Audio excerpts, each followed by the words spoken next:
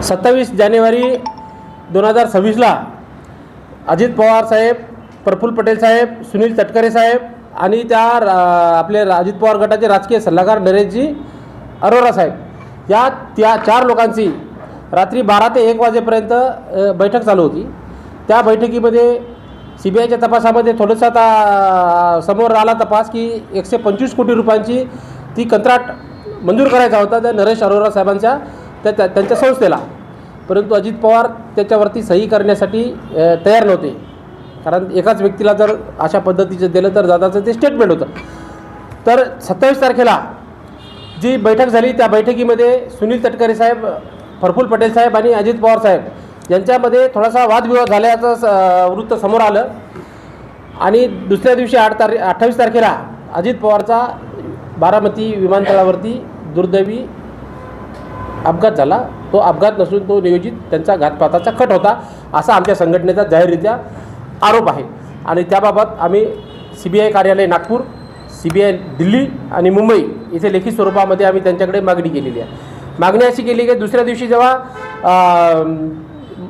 समाज माध्यमापुढं प्रफुल्ल पटेल साहेबांना काही विचारण्यात आलं की ती बाबा कोणत्या फाईलवर स्वाक्षरी करायची होती, तर त्यांनी स्पष्ट भाषेत सांगितलं की ती विदर्भातील धान उत्पादक शेतकऱ्याच्या चुकाऱ्याची फाईल होती आणि ती बैठक त्याच्यासाठीच आयोजित केली होती आम्ही अशा लोकांचं। त्यांचं समाज माध्यमाच्या समोर एक ते स्टेटमेंट आहे। जर विदर्भातील धान उत्पादक शेतकऱ्याच्या चुकाऱ्याची ती फाईल होती आणि त्या विषयासाठी जर बैठक असेल तर तिथे कृषी मंत्री आवश्यक होता। कृषी मंत्री जर एखाद्या दौऱ्यात व्यस्त असतील तर कृषी विभागाचे सचिव आवश्यक होते। कृषी विभागाशी संबंधित बैठकीला कृषी विभागाचे प्रतिनिधी लागतात, परंतु त्या बैठकीला कोणत्याही कृषी विभागाचा प्रतिनिधी नव्हता ना मंत्री महोदयाचा प्रतिनिधी नव्हता। पण कृषी विभागाची बैठक चालू असताना तो नरेश अरोरा जे त्या संस्थेचे डिजिटल बॉक्स संस्थेचे जे संचालक आहेत, कृषी विभागाच्या बैठकीला त्यांचं काय काम आहे, हा एक महत्त्वाचा प्रश्न आहे। या प्रश्नावरून असं आमच्या निदर्शनात आलं, जर प्रफुल्ल पटेल साहेब समाज माध्यमासमोर जर महाराष्ट्रातील जनतेची दिशाभूल करत असतील, त्यांची फसवणूक करत असतील, त्या फाईलचं विदर्भातील धान उत्पादक शेतकऱ्याच्या फाईलचं नाव घेऊन, तर ती शेतकऱ्याच्या नावाखाली तो जो महत्त्वाचा जो विषय आहे या विषयावर ते पांघरून टाकण्याचं काम करतात असा आमच्या संघटनेचा जाहीररित्या आरोप आहे। त्या अजितदादा पवार यांच्या दुर्दैवी जे म्हणजे निधन झालं घातपाताच्या गटामध्ये, तर जोपर्यंत या 4 लोकांनी जी बैठक घेतली रात्री 2-2:30 वाजेपर्यंत ताणतणावामध्ये, यांची ब्रेन मॅपिंग नार्को टेस्ट करणे गरजेचं आहे। जोपर्यंत प्रफुल्ल पटेल साहेब, सुनील तटकरे साहेब आणि नरेश अरोरा साहेब यांची ब्रेन मॅपिंग नार्को टेस्ट होणार नाही तोपर्यंत अजितदादाच्या मृत्यूचं जे गूढ आहे, जे सत्य लपलेलं आहे, ते महाराष्ट्राच्या जनतेच्या समोर येणार नाही। त्यामुळं मी संघटनेच्या मार्गदर्शक तत्वानुसार CBI कार्यालयाला लेखी या तिन्ही लोकांच्या नार्को टेस्टची मागणी केलेली आहे। जर 15 तारखेपर्यंत यांनी नार्को टेस्टची संमती दर्शवली नाही तर मी 15 तारखेपासून सुभाषचंद्र बोस यांच्या पुतळ्याच्या समोर आमरण उपोषणाला बसणार आहे, कारण सुभाषचंद्र बोस साहेबांचा सुद्धा विमानातच अपघात झालेला आहे।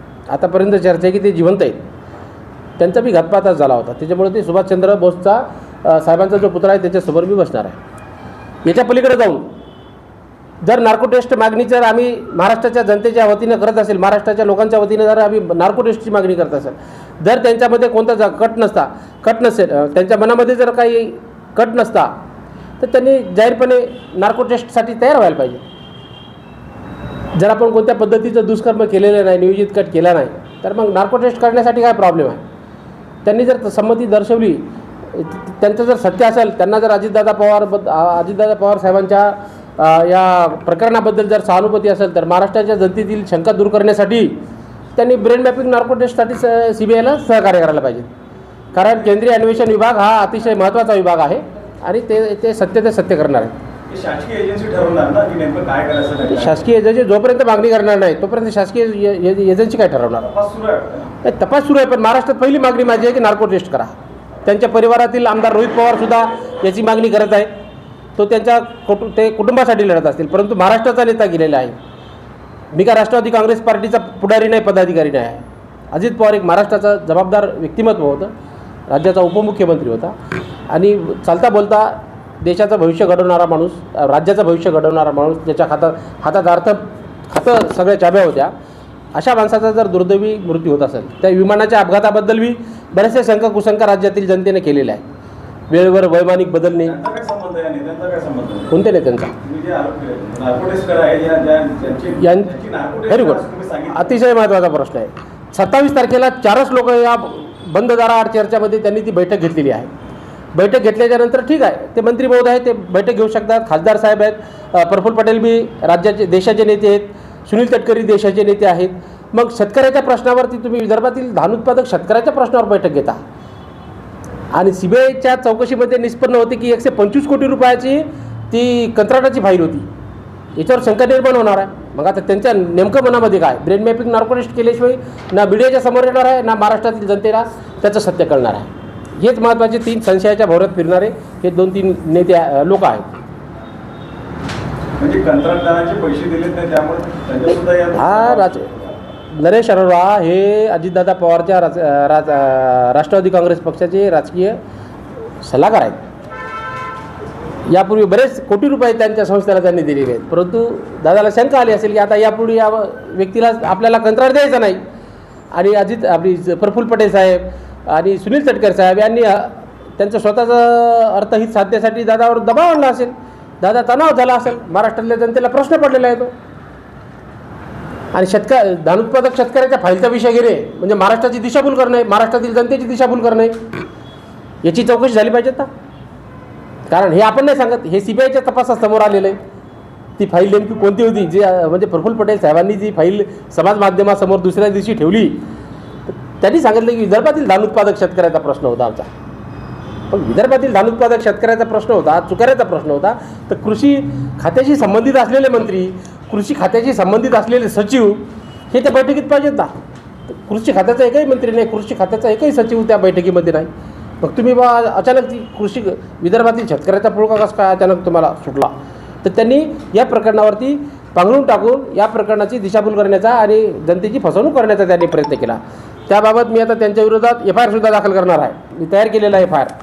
वित्तशील निगडीत असेल हा प्रकार कदाचित वित्तशील निगडीत असेल. नाही, वित्त म्हणजे या प्रकरणाला सगळं अर्थाचीच किनार आहे. तुम्ही पण त्या 100% बरोबर आहे. हा अर्थहित साधण्याच्या प्रकरणातूनच हा नियोजित कट आहे. महाराष्ट्राच्या जनतेच्या समोर लवकरच हे आता सत्य समोर येईल. या 3 लोकांनी फक्त नार्को टेस्ट करण्यासाठी संमती द्यायला पाहिजे. जर यांनी संमती दिली नाही तर निश्चित स्वरूपात ते आरोपी आहेत. ह्याचा आमचा ठाम विश्वास आहे. असं वाटेल आपल्याला की उपमुख्यमंत्री सुनेत्रा पवार याच्यावर काही ॲक्शन घेईल का किंवा आपण त्यांच्याशी काही चर्चा करणार वगैरे? कालच मी विजयगडला जाऊन सुनेत्रा पवारला लेखी निवेदन सादर केलेलं आहे की आता जे आम्ही CBIकडे मागणी करत आहोत, आम्ही राष्ट्रवादी काँग्रेस पार्टीचे पदाधिकारी अजिबात नाही. आम्ही समाज समाजामध्ये 24 घंटे काम करतो. त्याच्यामुळे आम्ही राष्ट्रवादी काँग्रेस पार्टीचे लोक नाही आहोत. आम्ही स्वाभिमानी माणसं आहोत, मुवमेंट चळवळीचे माणसं आहोत.